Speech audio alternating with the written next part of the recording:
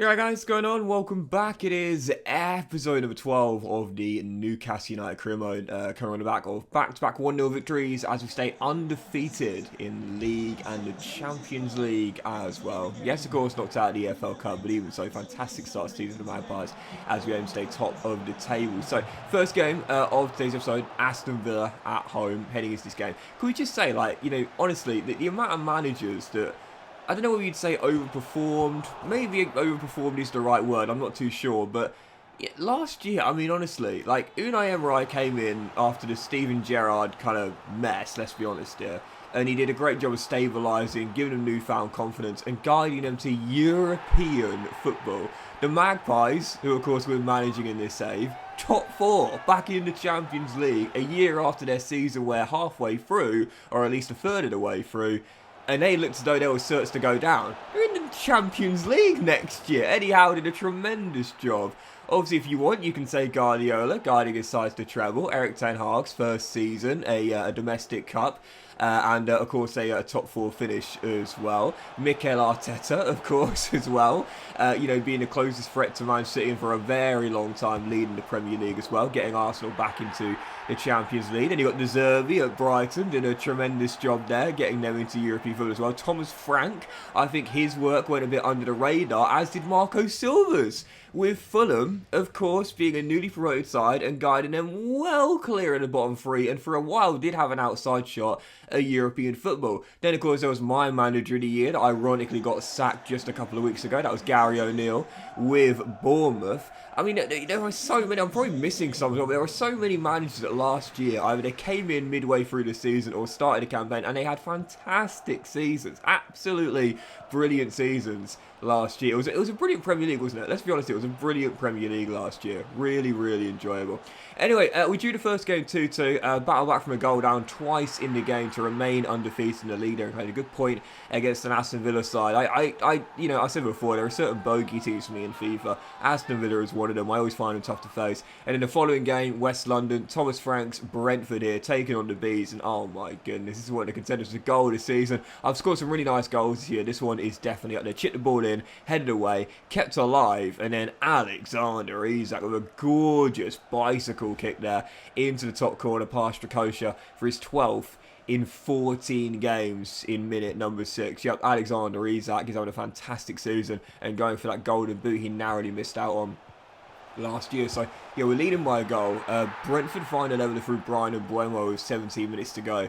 And do you know those moments where you're just like, yeah, I ain't slipping up in this game. Like, seriously, we narrowly managed to keep our winning run going with back-to-back 1-0 victories recently. And, of course, the last game was a draw. I'm not slipping up in this one as well. Like, I'm getting back to winning ways, and I'm winning this one convincingly. Right from kickoff, just went all the way with Callum Wilson, and then just drilled it. Just went all the way from kickoff. I said, sod this. I am not slipping up in this game. Wilson makes it 2-1 back in front. And after that happened there, I was like, okay, we're seeing this game right here. Great press by Willock there, wins the ball back. Murphy goes through one-on-one and cuts it back to him, gives him the reward for pressing, and Joe Willock makes it 3. So, yeah, 3-1 to Newcastle United, and Willock wraps it up there. I love that. Reward the man for doing the dirty work. Reward the man for doing the press. That's exactly what we did there with Murphy to Willock, and Willock wraps it up. So, yeah, 3-1 to Newcastle. Points in the bag. Joe Willock's first this season. And then right from this is one of those games where like the defences were just all over the place. Like literally, when you talk about marking, I don't think the defenders knew the word of which in this game. It was awful. So yeah, Brentford did get a goal back in stoppage time. Thankfully though, it was just a consolation. So yeah, 3-2 victory. Glad to get the win, but proof in the pudding right there. That whilst we are still top of the table, the Red Devils hot on our tail, only 1 point behind, with 7 clear of Spurs and Arsenal, and crucially 12 clear of West Ham in 5th, as we aim to guarantee another top 4 place. Because this year I have said I want to win the title. Again, only a point behind point in front of Manchester United right now. Proof in the pudding, we've not been at our best recently. The wins we've had, 3 in our last 4, have only been by 1 goal. And of course, a draw against Aston Villa in our last game at St James as well. So now taking on Manchester United, even though we're still in great form, it's not been our best form based on the score lines we've had, if you will. So now the big one, top of the table clash, top two, Manchester United at St James's Park, 1 point separating the sides. I repeated the EFL Cup final, what would now be 2 years ago, and we had the perfect start. Half an hour into the game, first proper chance, 5th goal of the season for ASM, fan favourite of the Magpies. And a lot of rumours he's going to be leaving in this summer in order to facilitate the Harvey Barnes or the RB deal. As things stand whilst I'm recording this commentary, neither of those have been confirmed yet, but I'd like to see him stay at Newcastle. He's turned into a real fan favourite there, and he's such a great tricky winger. So he makes it 1, and then the second goal he scored, to be fair, was a little bit of a lucky one. Yep, you could probably call that a howler from De Gea there. The shot took a deflection. It was pretty much going straight to his gloves though. Even after the deflection, he really should have done better there. Instead, palms it back into open play. It's quite poor from the Spaniard, who, as we know, has now ended his long tenure at Old Trafford. You know, I have to say, you know, very briefly on this, as Alexander Isak makes it 3 after a great save by Nick Pope on the other end there. I feel as though De Gea, I hope that people remember his Manchester United legacy, not with what we've seen in the past couple of years, where he's been, let's be honest here, very error-prone. You know, the first season when he came in, I remember when De Gea first came into Manchester United, and yes, I am that old, but I remember when De Gea first came into Manchester United, and he was a rake. Like, the dude was so lanky, it was ridiculous. He was so skinny. He was just a boy back then, and he had no muscle, he had no command of his area whatsoever, and he was constantly being exploited and targeted. He was really, really poor. And of course, he made a lot of mistakes in Season 1. But if I remember correctly, the Red Devils changed their goalkeeping coach, and I think they brought in Eric Steele. I might have got that wrong. Correct if I'm wrong, Manchester United fans. But whatever happened, they then managed to turn him into a fantastic, absolutely fantastic goalkeeper. And for years and years and years, when he was really, really, really key for Manchester United to not drop any further down the table in the strange years of, you know, your David Moyes and your Van Gaal and, you know, that era with the Red Devils. Obviously not that long ago, though it feels like it now.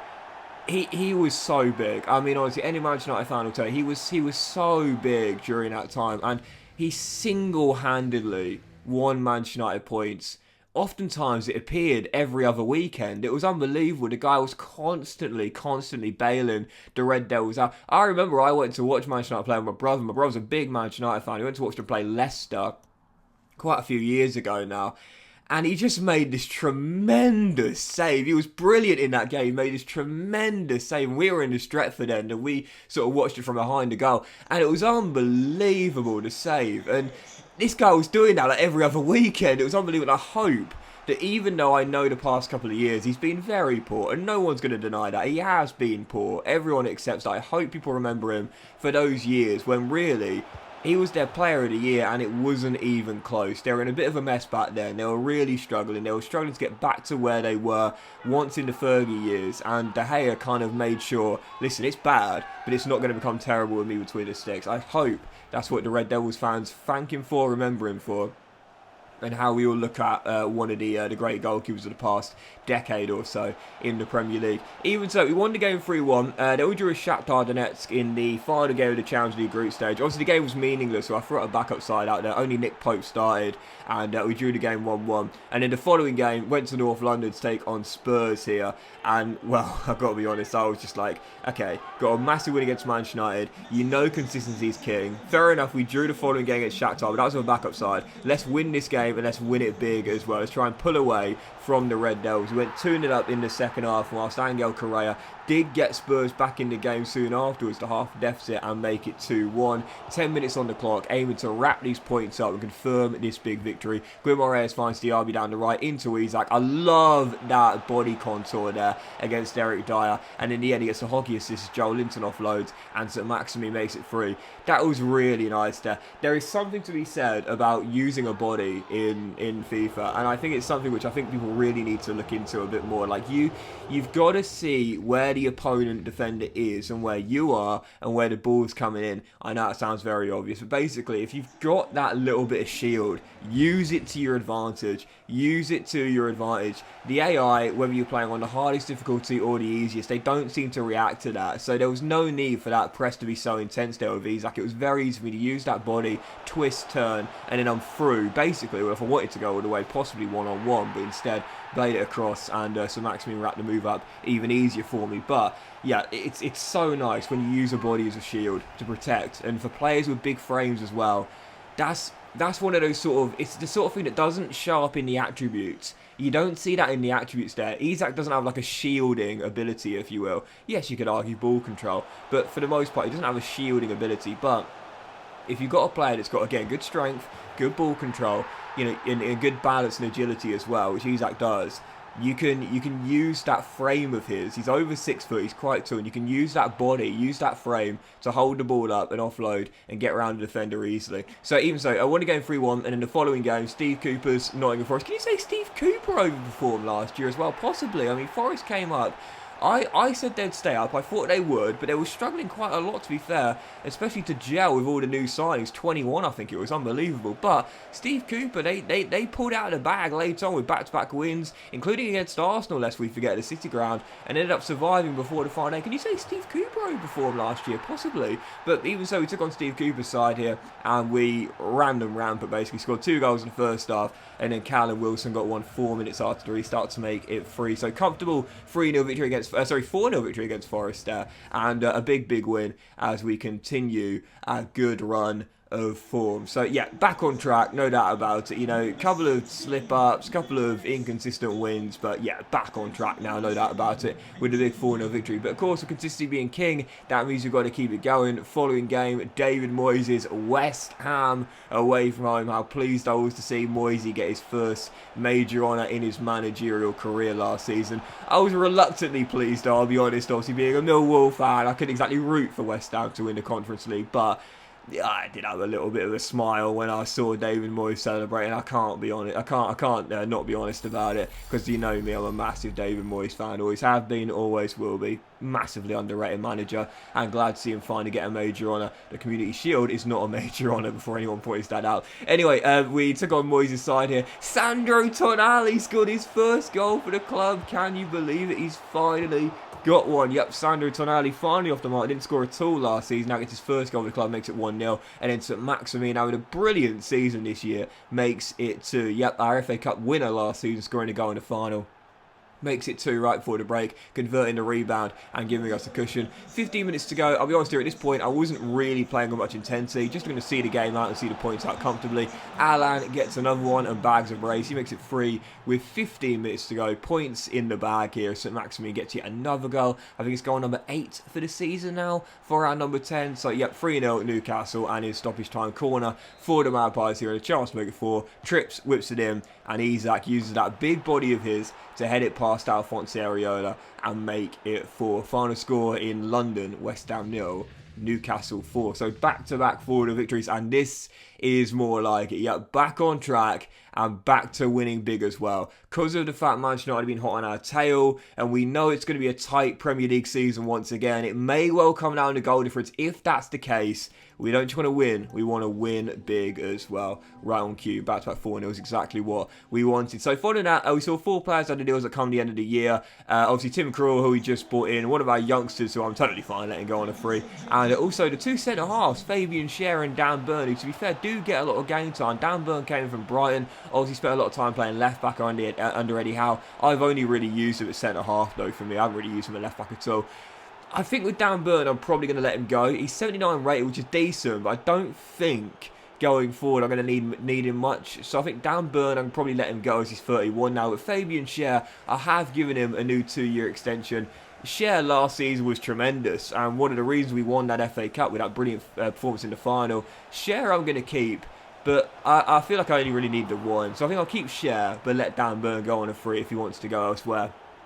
Now in his 30s and 79 overall. But the final game of today's episode here, Leicester City back in the big time after their relegation, what would have been technically 2 years ago, if we carry on in this say with the realism here, taking on Leicester. They were 2-0 up. I had a shocking start. Ilias Schär made it 1-0 and then a rebound goal made it 2.